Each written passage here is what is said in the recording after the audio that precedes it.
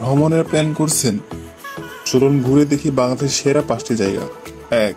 কক্সবাজার, বিশ্বের সবচেয়ে দীর্ঘ সমুদ্র সৈকত।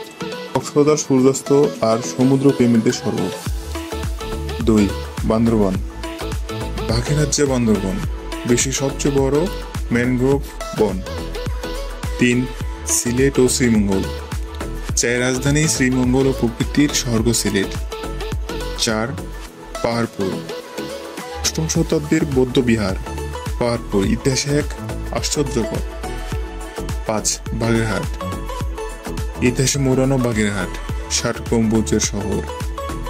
আপনি প্রথমে কোনটি দেখতে চান কমেন্টে জানান। লাইক ও ফলো দিতে ভুলবেন না।